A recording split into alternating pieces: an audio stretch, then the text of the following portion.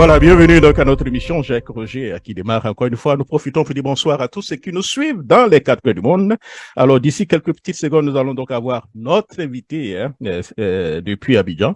C'est Monsieur Jean-Yves Esso-Essis, membre du bureau politique, inspecteur du PDCI-RDA et président des cadres dynamiques du PDCI-RDA. Avec lui, on fera le tour de l'horizon. On parlera surtout de son parti, le PDCI-RDA, et surtout le dernier bureau politique qui continue toujours de faire couler beaucoup d'encre de salive et ensuite poser quelques questions diverses. Mais pour animer cette émission, nous avons invité deux membres du bureau politique aussi.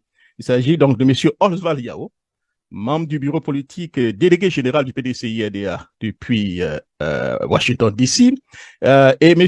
Emmanuel Katina, membre du bureau politique, mais lui, il est à Atlanta, Georgia.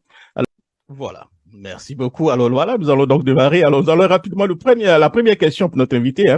Alors, c'est quoi, pour ceux qui nous suivent, qui ne connaissent pas la machine du PDCI-RDA, un bureau politique, c'est quoi exactement? Et quand vous êtes membre du bureau politique, qu'est-ce que vous faites concrètement? Alors, un bureau politique, c'est une réunion. C'est une réunion politique entre certains cadres du PDCI qui sont choisis en fonction de leurs activités au sein du parti, de leur militantisme, de ce qu'ils ont montré pendant tout leur militantisme. Ils font la demande pour appartenir à cette réunion politique. Et quand cette demande est acceptée, ils deviennent membres du bureau politique. Ils ont des cotisations à payer annuellement et l'obligation de participer à un certain nombre de réunions Donc, en présentiel.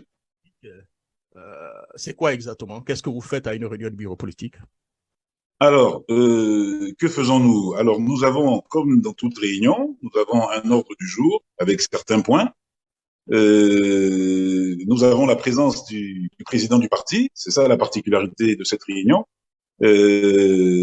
À toutes les réunions du bureau politique, le président du parti est présent et participe au débat.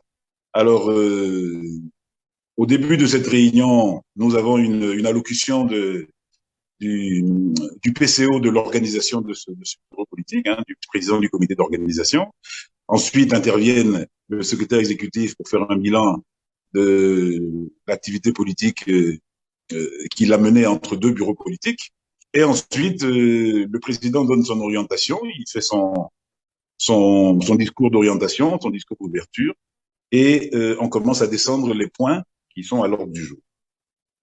Voilà. Et quand on termine l'ordre du jour, nous faisons un communiqué final. On fait d'abord un projet de communiqué final. Ensuite, quand ce projet de communiqué est adopté par tous les membres du bureau présent, nous le validons et il devient communiqué final. Et nous invitons la presse et nous lisons le communiqué final à la presse. Voilà un petit peu résumé le bureau politique. J'ai tenu à poser ces questions parce que je sais que vous avez participé à des émissions et nous avons l'impression que les gens ne connaissaient pas encore le fonctionnement du bureau politique et vous-même vous l'avez mentionné. D'accord. Alors, donc la faute est un peu à vous. C'est à vous d'expliquer un peu le fonctionnement du bureau politique aux Ivoiriens de façon générale et aux militants donc de votre parti politique. Alors, monsieur, et ça, dans votre présentation tout à l'heure, j'avais dit aussi que vous êtes inspecteur donc, du parti. Qu'est-ce que l'inspecteur du parti fait exactement?